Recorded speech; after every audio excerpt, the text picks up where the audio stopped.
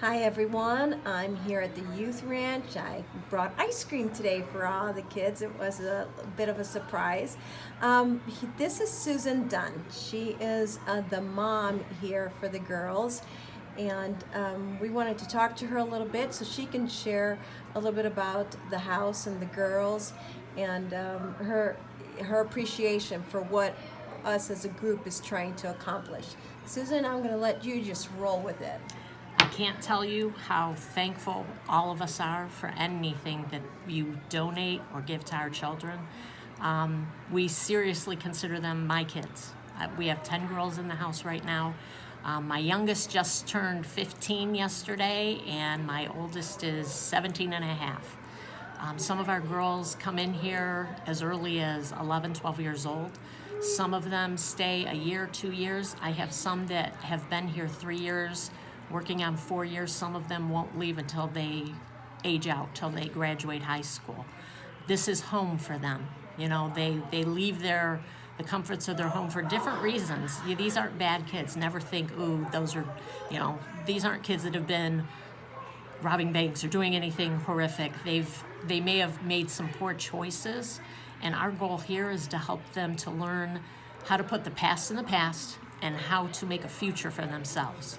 Our goal is that they're going to be somebody when they graduate high school. You know, we're not getting back on the street. We're not going to be a homeless kid. We're gonna get a job. We're gonna be able to graduate. Our biggest thing here is you need to graduate high school, hon. You need to have a future. And anything you can do to make this house a home for them is a big deal for them, because a lot of them don't even go home on home visits. This is it. They spend Christmas here. They spend Thanksgiving here.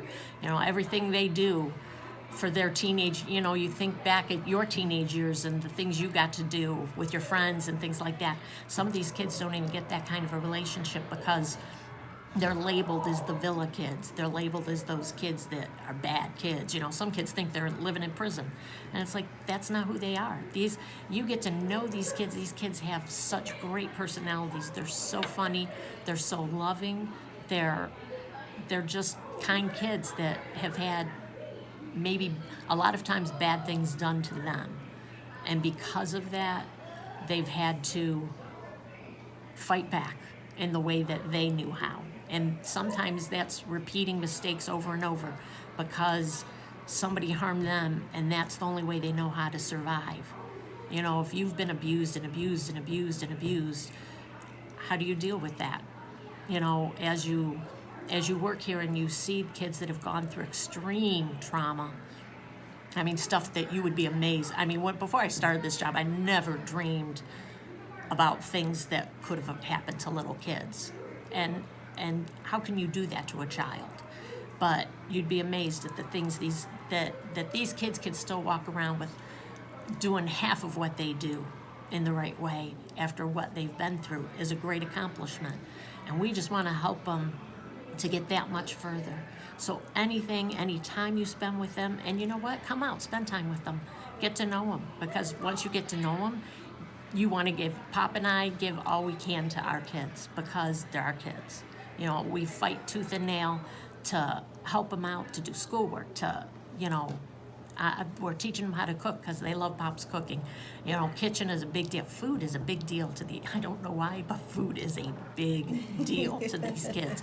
And they sit down, we will sit down at dinner and talk for an hour and a half, just going over our day like a normal family does.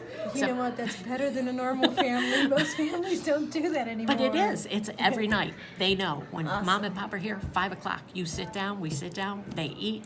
Pop fixes tons of food, and we can sit down and go over our day and talk about, hey, what went good, what went bad, And it teaches them what a family should be. Like you said, a lot of families don't get that, but we try to set up, this is how families act, because maybe they haven't had that experience before. So getting to go through that, hey, maybe the next generation of theirs will get that love and that caring. And that's what we're all about here. We're about giving them second chances and third chances and just picking them up when they fall down and loving them. And they make it easy to love them because they're so sweet, So anything anybody out there can do for us, I appreciate it. We love you. Come meet us. Come see our place, because I got a good group of girls right now. Yes, you do. Thank you, Susan. Thanks.